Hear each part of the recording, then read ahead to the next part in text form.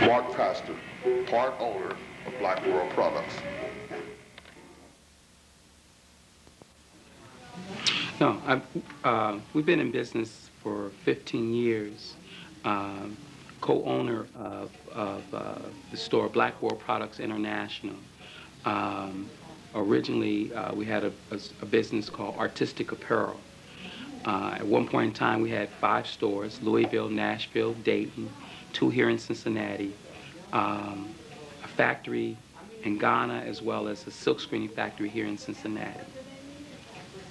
Right. I have 2 other partners that share in Black World Products International. At one point in time, it was just Mr. Bomani Tayemba and I had Artistic Apparel, but since we moved towards Black World Products International, where we wanted to do more of an international thing and import-export, we changed the name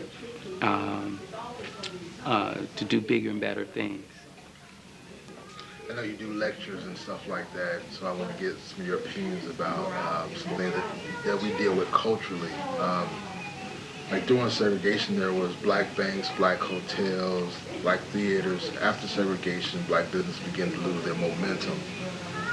What do you think what is your reason? Give me a comment about why you think that did happen. Because of consciousness. There's a book that's called Miseducation of the Negro by Carter G. Woodson. I would invite everyone to read it, and I would invite everyone to have their child read it. Even though we might be intellectually more intelligent, more degrees, sophisticated, and more sophisticated in ways, we still don't have the consciousness to give back, to produce, instead of having the goal and objective of having our own businesses, our own land, our own homes. We rather rent, we rather work for someone else than to do that. During the segregation, it was fine. When we couldn't shop anywhere else, those stores, those hotels, those restaurants was good enough. But when they opened up the floodgates and said, okay, you can eat in our restaurants, you can shop in our stores, it wasn't because they did it because it was the right thing. They did it because of economics. It was an economic thing to do. Just as slavery. Slavery, it was an economic, it was freeing the slaves, it was its time. It was it was an economic thing to do, was to free the slaves between the North and the South. The North thought it was unfairly making more. The North thought that the South had an unfair market. So that's why the North was against slavery, because they were free labor. So that's why the North and the South went to battle. So it's not about a conscious thing. It was never done as a moral or a conscious thing. It was done because of an economic thing. And what we experienced during segregation here is right now happening in South Africa. You know, the South African businessmen and women who fed, clothed, and housed poor Africans during apartheid now are being pushed to the side and now are going bankrupt because their brothers and sisters are not being taught about economics and the importance of economics. Of course, you know, for many of us, you know, it's that phrase, white folks' ice water is colder than a black person. And for many times and instances, that's the thought pattern. And until we eliminate that, until we get into who and what we are. Listen, we had a city, it was in Tulsa, Oklahoma. It's called Black Wall Street. This city was second to none, where African Americans, Indians, and Jews, where we traded, we produced a city. We had banks, we had commerce, we had theater, we had cobblestone streets, cab companies. At one point in time, it was told that by dark, black folks had to be on the other side of the tracks. They produced goods and services so well that the Caucasians started coming across the track doing business with the black community, because the tailors, the seamsters, the butchers, the banks were giving better interest on the money, giving better loans. And to stop this,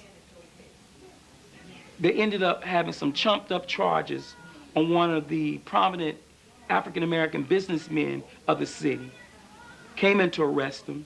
He was never arrested, but they turned around and declared war on the city, where they actually dropped mock cocktails on the city and burned it to the ground.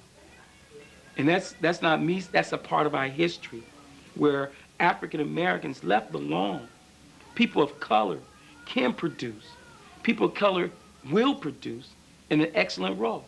You know, we help build America and help make America a strong nation of what it is today through our labor, but not just through our labor, but through our inventions. And we have thousands of inventions that we have given America as well as the world, that today that we don't even get credit for, nor have we been financially rewarded for those inventions. Well, first of all, I always go back to our youth. You know, we must start teaching economic classes. See, a lot of times, first time a child hear about economics, for the most part in the African American community, they won't hear about that until they get into college. We must start in elementary school teaching our children economics and the importance of economics. We must begin to teach economics in our home, our churches, our schools, and making that an intimate part and intertwining our church, home, and school in our economic community. It's only every city, major city in the United States have a commerce, and everyone else understands a strong economy except for our community, where we're willing to spend money and put money everywhere else but in our own community, not understanding for every dollar that goes out of our community into someone else's community, making it another community stronger and our community weaker. And I'm saying that to be pro-black, pro-African, pro-African American does not make me anti-America, anti-white. It makes me want for my community as the white community wants for itself.